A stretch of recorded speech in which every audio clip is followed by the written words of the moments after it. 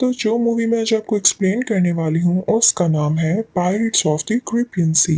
तो मूवी के स्टार्टिंग में हम एक शिप में एक बच्ची को देखते हैं जो कि पायरेट्स का गाना गा रही होती है। लेकिन एक आदमी वहां पर आता है और उसे मना करता है कि तुम्हारे इस गाने से पायरेट्स अट्रैक्ट होंगे। तभी वहां पर गवर्नर और लेफ्टिनेंट भी आते हैं। गवर्नर जो कि इस छोटी बच्ची के फादर होते हैं। इस छोटी बच्ची का नाम एलिजाबेथ होता है। लेफ्टिनेंट एलिजाबेथ को बताता है कि अगर यहाँ पर कोई पायरेट आ जाए और हम उसे पकड़ लें तो उसे बहुत बुरी सजा देते हैं, हम उसे डेथ सेंटेंस सुनाते हैं। तो बेहतर होगा कि आपके इस गाने की वजह से कोई पायरेट ना यहाँ पर आए, क्योंकि अगर वो आ गया तो मैं नहीं उसे छोड़ूंगा।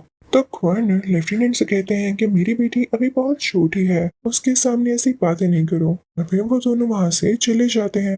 अब उनके जाने के बाद एलिजाबेथ जब सी में देख रही होती है तो उसे सामने एक वुडन प्लैंक पर कोई लड़का आता हुआ दिखाई देता है जो कि उसी पर लेटा हुआ था। एलिजाबेथ ये बात अपने शिप वालों को बताती है। तो वो सब उस लड़के को शिप पर लेकर आते हैं जो कि ऑलमोस्ट एलिजाबेथ की ही एज का था। और जब इन सब की नजर दूसरी तरफ पड़ती है तो वहां पर एक बहुत बड़ी शिप चल रही होती है। इतनी देर में एलिजाबेथ उस लड़के के पास जाती है जिसकी हालत कुछ ज्यादा ठीक नहीं थी।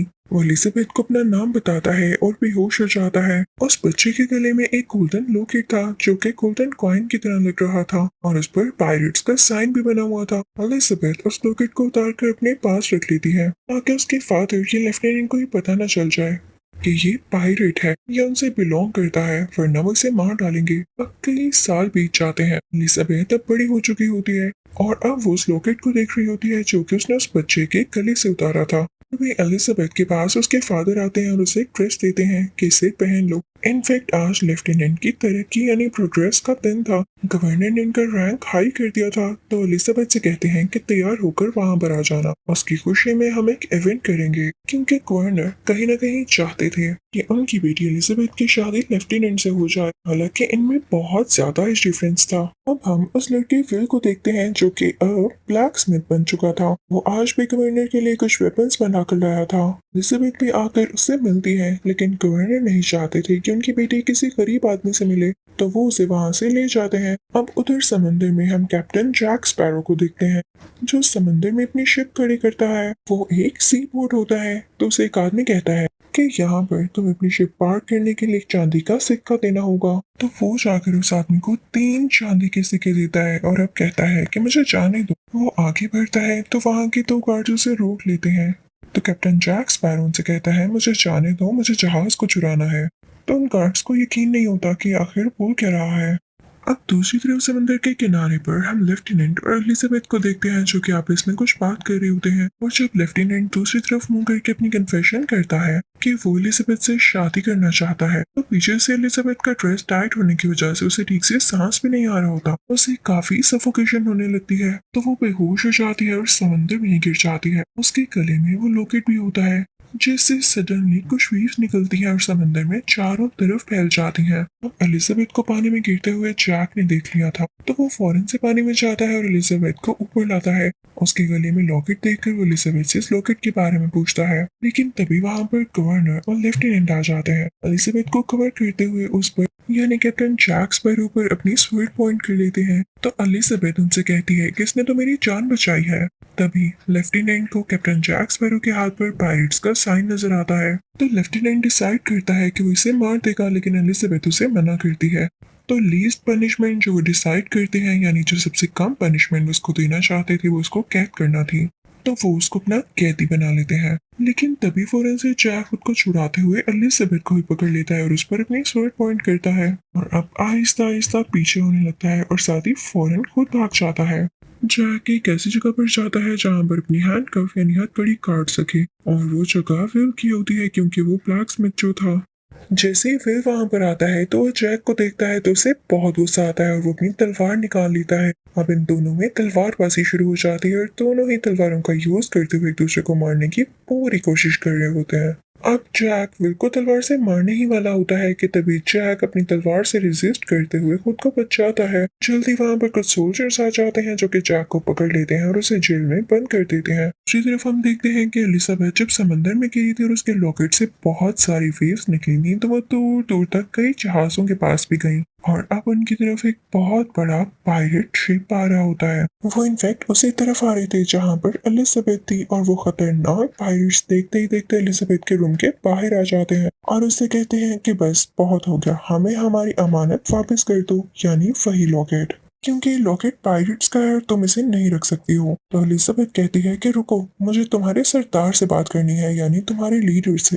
तो वो सब उसकी बात सुन लेते हैं और उसे कैदी बनाकर अपने साथ ले जाते हैं। उधर जब ये विल को पता चलता है तो वो फौरन से गवर्नर और लेफ्टिनेंट के पास जाता है, लेकिन वो लोग उसकी बात पर यकीन ही नहीं करते। तो अब विल जाता है जैक के पास। जैक उससे उसका पूरा नाम पूछता है तो विल उसे बता देता है। वही जैक जो पहले उसकी बात नहीं सुन रहा होता, अब उसकी मदद के लिए तैयार हो जाता है, क्योंकि वो जान चुका होता है कि ये बहुत बड़े पायरेट का बेटा है। विल उसे कहता है कि मैं तुम्हें यहाँ से फ्री करवाने में तुम्हारी हेल्प करूंगा, और इसके बाद ये दोनों यहाँ से निकल जाते हैं। ये कश्ती में छुपते हुए बहुत बड़े जहाज में एंटर होते हैं। वो इस जहाज को चुराने वाले थे और तभी लेफ्टिनेंट अपनी दूरबीन से ये सब कुछ देख लेता है, तो वो अपने सोल्जर्स को इस तरफ भेजता है, और जैसे ही सोल्जर्स इस तरफ आते हैं तो वो दोनों परेशान नहीं होते, क्योंकि उन दोनों ने पहले से ही कोई प्लानिंग कर रखी होती है। उनके इस समुद्री जहाज के साथ एक और जहाज था जिसके बीच में रस्सी बंधी हुई थी। रस्सी की मदद से ये दोनों पहले जहाज में से दूसरे जहाज की तरफ जाते हैं और उसको वहां से लेकर फौरन से भाग जाते हैं। तो वहां पर खड़े हुए लोग कुछ भी नहीं कर पाते। ये लोग उसी जहाज में होते हुए एक बहुत बड़ी आइलैंड पर जाते हैं, जहां पर जैक एक आदमी यानी अपने साथी से मिलता है और उसे बताता है कि हम एक बहुत बड़े जहाज पर कब्जा करने वाले हैं, लेकिन इससे पहले हम उसके ऑनर से मिलेंगे और उसके बाद उस जहाज को चुरा लेंगे। जैक उसी जहाज के बारे में बात कर रहा होता है जिसमें एलिजाबेथ होती है, और वही बड़े बड़े पायरेट्स भी। वो ये भी कहता है कि हम इस जहाज के बदले उन लोगों को वो ब्लैक स्मिथ यानी विल भी दे सकते हैं, यानी वो विल का गलत यूज करना चाहता था। अब उस जहाज में हम एलिजाबेथ को देखते हैं जो कि उन्हीं पायरेट्स के साथ होती है। अब उन पायरेट्स का लीडर एलिजाबेथ से कहता है कि ये गोल्डन कॉइन जो मुझे तुमसे मिला है, ऐसे कॉइन्स 881 और भी थे, और ये आखिरी कॉइन था जो कि मैं हासिल करना चाहता था। ये कॉइन्स बड़े बड़े पायरेट्स के पास होते थे, लेकिन जब ये पायरेट्स के पास नहीं रहे तो ये कर्स्ड हो गई, क्योंकि पायरेट्स ये गलत कामों से हासिल करते थे। और इन कॉइन्स के बारे में भी यही कहा चाहता था कि जो इन्हें यूज करेगा या अपने पास रखेगा या चुराएगा, वो भी कर्ज में आ जाएगा, यानी कर्स्ड हो जाएगा। अब हमें ये सीक्रेट पता चला कि हम चाहें तो इन सब सिक्कों को यूज कर सकते हैं। हम भी कर्ज तो हो जाएंगे, इमोर्टल हो जाएंगे, लेकिन इसका भी हल है कि अगर हमें आखिरी सिक्का मिल जाता है तो उससे हम अपने कर्ज को खत्म कर सकेंगे। तो एलिजाबेथ उनसे कहती है, मैंने तुम्हें आखिरी सिक्का दे तो दिया है, तो मुझे जाने क्यों नहीं देती हो? तो लीडर कहता है, ऐसे कैसे? ये सिक्का हमें तुमसे मिला है तो इस पर हम तुम्हारा खून गिराएंगे, तुम्हारे प्योर खून का सेक्रीफाइस देंगे, ताकि हम सब इस घर से आजाद हो जाएं, फ्री हो जाएं। एलिजाबेथ काफी डर जाती है तो वो चाकू उठाती है, उस लीडर की चेस्ट पर मारते हुए वहां से भाग जाती है। लेकिन जैसे ही एलिजाबेथ बाहर जाती है, वो शिप में देखती है कि बहुत सारे स्केलेटन्स हैं जो कि वहां पर काम कर रहे हैं, और ये सब पायरेट्स ही थे जो कि कर्ज की वजह से ऐसे हो चुके थे। तभी पायरेट्स का लीडर बाहर एलिजाबेथ के पास आता है और उससे कहता है कि तुमने देख लिया, यही हमारा कर्ज है। हम जितना भी खा लें हमें लगता नहीं है, और हमारी भूख भी नहीं मिटती। इवन अगर हम मरना भी चाहें तो खुद से भी मर नहीं सकते हैं, हम इमोर्टल हो चुके हैं। इसके साथ लीडर खुद भी यही खौफनाक स्केलेटन बन जाता है। अब उधर दूसरी शिप में हम जैक, विल और जैक के साथी को देखते हैं, जो कि विल को बता रहा होता है कि जैक पता है क्यों इतनी बड़ी शिप हासिल करना चाहता है, क्योंकि वो भी कभी उसका हिस्सा हुआ करता था, उन पायरेट्स के साथ हुआ करता था। लेकिन उन लोगों ने जैक को एक दिन एक आइलैंड पर अकेला छोड़ दिया, और इसी चीज का बदला जैक उनसे लेना चाहता है।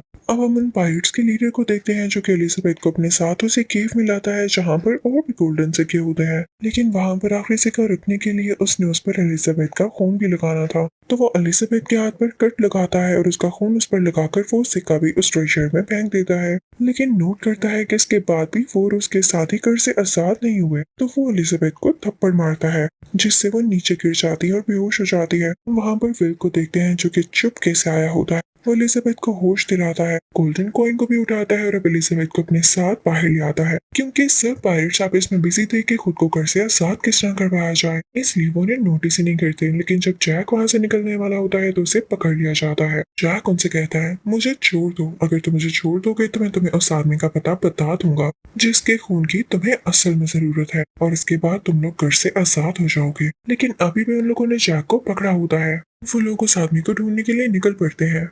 अब दूसरी तरफ हम शिप में एलिजाबेथ और विल को देखते हैं। वो काफी डरे हुए होते हैं कि पायरेट्स उनकी बोट पर अटैक न कर दें, और जिस बात का डर था वही होता है। वो पायरेट्स इनकी बोट पर अटैक कर देते हैं और काफी तीर चलाते हैं, बुलेट्स चलाते हैं, और फाइनली इनकी बोट में आकर एलिजाबेथ और विल को भी अपना कैदी बना लिया जाता है। अब यहाँ पर पायरेट्स का लीडर जानता था कि विल ही वही लड़का है जिसके खून की हमें जरूरत है, क्योंकि एक बहुत बड़े पायरेट का बेटा है, और तो और ये कर्स भी नहीं है और हमें कर्स से आजाद करवा सकता है। अब इसके बाद पायरेट्स का लीडर शिप में एक बहुत बड़ी लकड़ी का पीस रखता है और उस पर से एलिजाबेथ को गुजरवा कर उसे पानी में जाने का कहता है, और उस वुडन प्लैंक को हिलाता है ताकि एलिजाबेथ पानी में गिर जाए। एलिजाबेथ पानी में गिर जाती है और इसके फौरन बाद वो जैक से कहते हैं, प्यारे जैक, तुम्हें याद तो होगा कि कई साल पहले हमने तुम्हें इसी आइलैंड पर छोड़ा था और अब फिर से छोड़ रहे हैं। इसके साथ वो जैक को भी पानी में गिरा देते हैं। अब एलिजाबेथ और कैप्टन जैक स्पैरो पानी में से होते हुए एक आइलैंड तक पहुंच जाते हैं, और उसके चारों तरफ गहरा पानी था। वो वहां से निकल भी नहीं सकते थे। अब ऑलमोस्ट 2-3 दिन गुजर जाते हैं। एलिजाबेथ उस आइलैंड पर आग चलाती है, तो उस आग को देखते हुए एक बहुत बड़ी शिप यहाँ पर आकर रुकती है, और लकीली इस शिप में कोई पायरेट या कोई और नहीं होता, बल्कि एलिजाबेथ के फादर, गवर्नर और लेफ्टिनेंट होते हैं। वो इन दोनों को रेस्क्यू कर लेते हैं। अब एलिजाबेथ लेफ्टिनेंट से कहती है कि हमें उन पायरेट्स की शिप का पीछा करना होगा।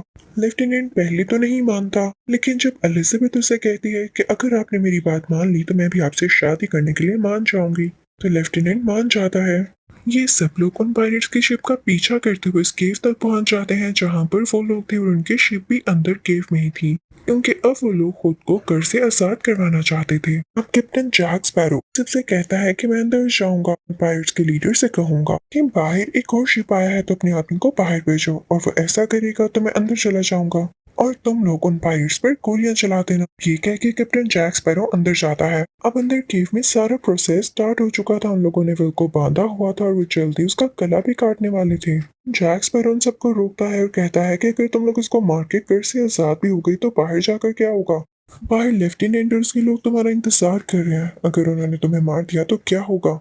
तो अब मेरी बात गौर से सुनो, तुम यहाँ केव में बेचारे विल को मारने की बजाय बाहर जाओ, उन लोगों को मारो, उनके शिप पर कब्जा कर लो, और इस तरह से तुम लोग जीत भी जाओगे। तुम लोगों के पास 2-2 शिप्स होंगी, और फिर उसके बाद यहाँ केव में आके खुद को कर से आजाद करवाना, ताकि जब तुम बाहर जाओ तो बाहर तुम्हें कुछ कोई कहने वाला न हो। सब लोगों को कैप्टन जैक स्पैरो की बात बहुत पसंद आती है। फिर में कैप्टन जैक स्पैरो उस ट्रेजर में से एक गोल्ड कॉइन निकाल लेता है। उसने चालाकी के साथ ऐसा किया होता है, क्योंकि जब तक उस ट्रेजर में सिक्के ही पूरे नहीं होंगे तब तक उनका कर्ज भी खत्म नहीं हो पाएगा। अब ये लीडर अपने सब पायरेट्स को बाहर भेज देता है, और अब पायरेट्स में और बाहर के लोगों में लड़ाई शुरू हो जाती है।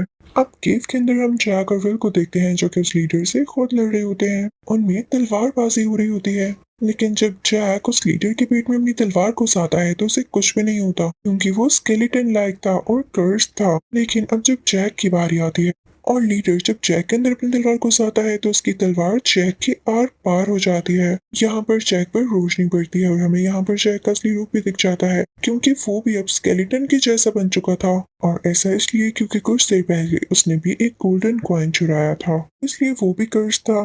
तो लकीली उसका मरना यहाँ पे अब पॉसिबल नहीं था। तो यहाँ पर जैक को एक आइडिया आता है। उसके पास जो गोल्डन कॉइन था उस पर अपना खून लगाता है और उसे विल की तरफ फेंकता है। फिर उसे कैच कर लेता है और तभी वहाँ पर एलिजाबेथ आती है। लीडर जब उसे देखता है तो एलिजाबेथ पर गन पॉइंट कर लेता है, और अब जैक स्पैरो भी लीडर पर गन पॉइंट कर लेता है, और यहाँ पर गोली की जोरदार आवाज आती है। हमें ऐसा लगता है जैसे लीडर ने एलिजाबेथ को मार दिया हो, लेकिन असल में जैक ने लीडर पर गोली चलाई होती है। तो यहाँ पर लीडर जैक से कहता है, इस गन में आखिरी बुलेट थी और वो भी तुमने मुझ पर चलाकर साया कर दी। क्या तुम नहीं जानते कि मैं एक स्केलेटन और मुझे कुछ नहीं हो सकता। तो जैक उसे कहता है, नहीं, ये तुम्हारी सोच है। और इसी के साथ वो 2 सिक्के जो उसके पास होते हैं वो ट्रेजर में उछाल देता है, यानी उसमें फेंक देता है। उसके फौरन बाद वो लीडर इंसान बन जाता है, यानी उनका कर्ज खत्म हो चुका था और अब उस पर बुलेट का असर होने लगता है। तो उस लीडर की अब यहाँ पर ही मौत हो जाती है। बाहर हम बाकी पायरेट्स को देखते हैं जो कि नॉर्मल इंसान बन चुके होते हैं, तो वो सब अपने वेपन्स नीचे फेंक देते हैं।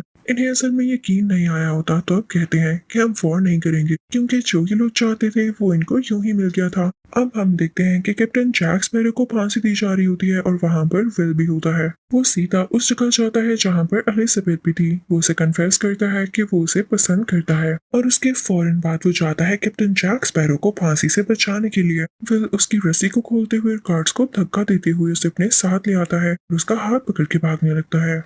लेकिन इनकी किस्मत ज्यादा अच्छी नहीं होती कि यहाँ निकलने से पहले ही लेफ्टिनेंट के सोल्जर्स इनको घेर लेते हैं और इन पर अपनी स्वर्ड तान लेते हैं, यानी स्वर्ड पॉइंट कर लेते हैं। तो अब यहाँ पर एलिजाबेथ गवर्नर के साथ आती है। वो विल को बताती है कि वो विल को पसंद करती है।